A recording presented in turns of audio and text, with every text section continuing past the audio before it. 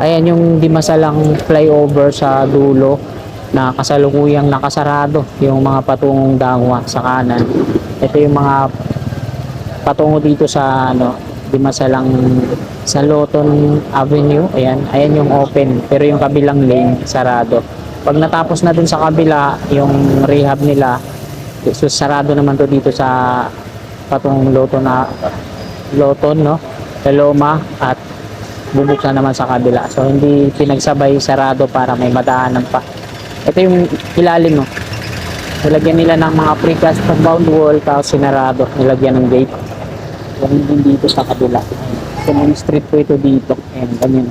Luwag ng kalsada sa 2 lanes po yan. Kaso nakasarado. No entry. Ang mga gwardiya po yan dyan.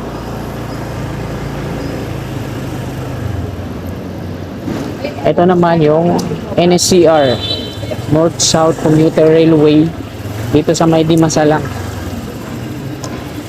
Ayan.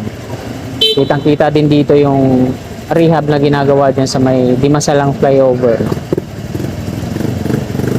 Ito sa kaliwa natin, yan yung mga madidemolish na kabahayan. Pero ngayon, wala pa isa, no? Wala pang sinyalis ng demolition dito. Parang squatter to, no? Dito naman sa kabila, ayan yung may progreso na patungong Launlaan. Sinimulan ko to, walang naniniwala sa paligid ko. Yan, magandang umaga po sa inyong lahat mga kasikap. Welcome po muli sa ating panibagong update. Nandito po tayo ngayon sa kabaan ng Simon Street. Patungo po tayo dito sa right of way ng North-South Commuter Railway Project, NSCR. Ito po yung dito sa may NLEX connector din phase 1 at sisilipin natin dito yung right of way kung may mga na-demolish na ba o ano yung ganap ngayon dyan. So ayun yung papakita ako sa inyo. Let's go!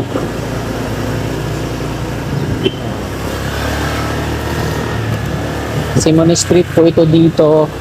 Araw po ngayon ng Huwebes, ika-25 na po ng Setyembre taong 2025, alas 8 na po ng umaga. Patungo ako sa work ko dito sa Malacanang Park at on the way sa atin to. Kaya pasilip ko sa inyo kung ano yung status ngayon dito. Yung nakikita natin, ayan po yung NLEX connector section 1. Mula po yan dito sa sa C3 Caloocan interchange patungo dito sa Espanya, yung section 1. Ang gumawa po nito ay DMCI Concon GINC. May mga precast compound wall magkabilaan. Yung kalsada dito sa ilalim sinarado po yan. So ayan yung Dimasalang flyover sa dulo na kasalukuyang nakasarado yung mga patungong Dangwa.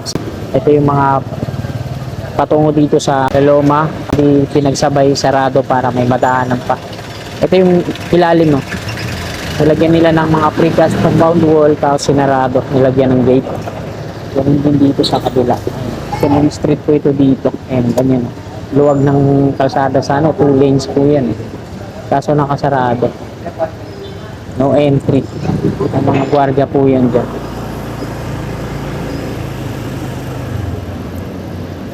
Ito naman yung NSCR, North-South Commuter Railway, dito sa may Dimasalang. Ayan. Kitang-kita din dito yung rehab na ginagawa dyan sa may Dimasalang flyover. Ito sa kaliwa natin, yan yung mga madidemolish na kabahayan. Pero ngayon, wala pa isa, no? Wala pang sinyalis ng demolition dito. Parang squatter to, no? Dito naman sa kabila, ayan yung may progreso na patungong Launlaan. Guardiado.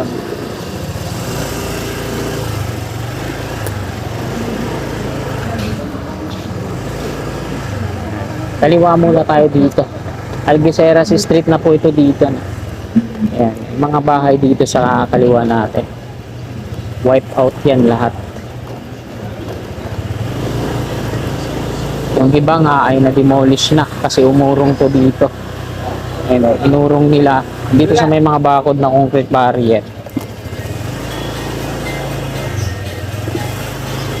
May mga na rin sila dito, pagbabaon ng mga file.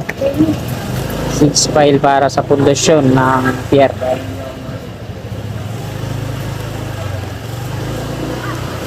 Yung mga bahay dito sa kanan, mayroon pa yung mga markings, PNR road. Kaso hindi naman mga nasa 2 metro lang yung pinakasagad.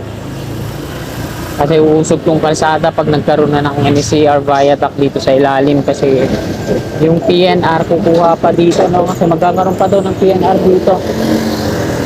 Cargo sa baba.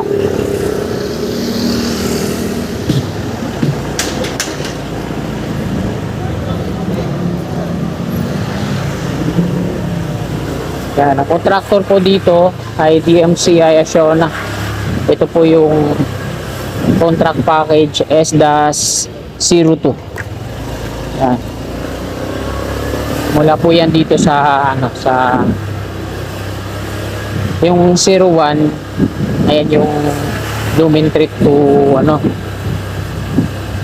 dito sa doon lang yun sa may blue, yung 01 hanggang doon sa may Blooming Street Tapos ito naman 02 patong Espanya to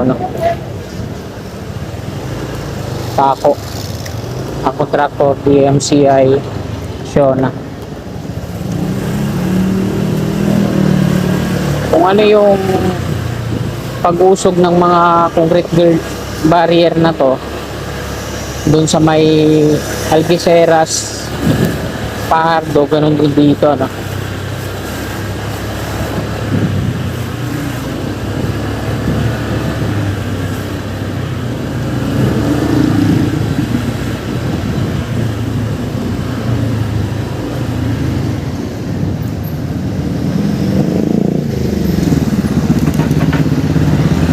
public advisory nga dito.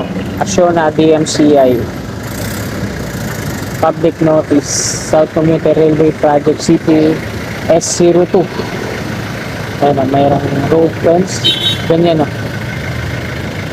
Jersey barrier fence. Ayan, mga pala tawag dito. Jersey barrier fence pala tawag dyan. Jersey barrier fence. So nagkaroon dito ng matraffic kasi sarado yung Dimasalang. Dito po yung daan nun. Kakaroon sila ng rehab dun.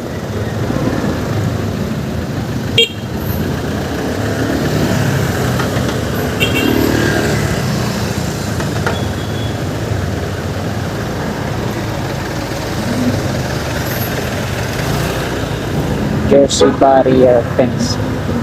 Ano yun? Nagkakaroon na ba ng demolition dito?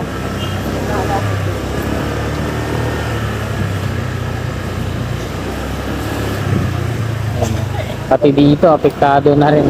Dahil yan dun sa Dimasalang flyover.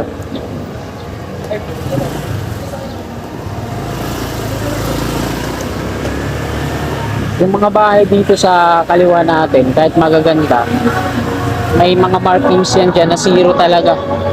Wipe out talaga sila.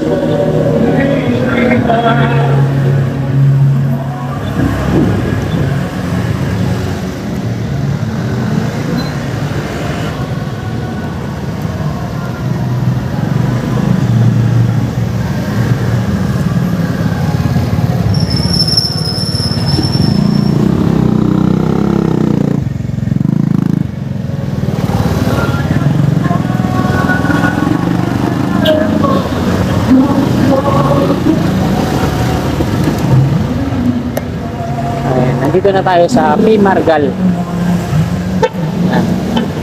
So sa mga hindi pa po nakakaalam, mula dito sa may P. Margal, dun sa unahan, sa may unahan ng Estero de Calugtog, ayan yung istasyon ng Espanya, NCR. So kanan tayo dito. Yan, pati dito sa ilalim may mga precast compound wall na rin. Nakatambay dito. Ito yung Estero de Calugtog. Ayan, mula dito mga kasigap hanggang dun sa Espanya, ayan yung magiging stasyon ng NCR, Espanya Station. Hindi na po siya dun sa dati, yung dun sa Tawid.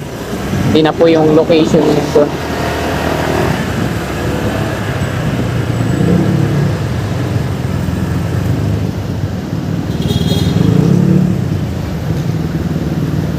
Diretso tayo. P. Florentino Street po ito, no? Ayan, dito sa kanan, sakop yan ng estasyon hanggang dito.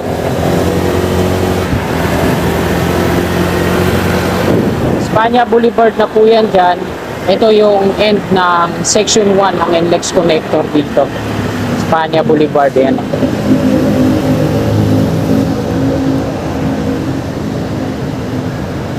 Yan, tinubuan na ng mga puno, talahib. Hanggang dito yan, yung stasyon patungo dun sa P. Margal. Ayan yung lumang PNR station sa kabila. Hindi na po yan dyan yung location. So ikot lang tayo dito.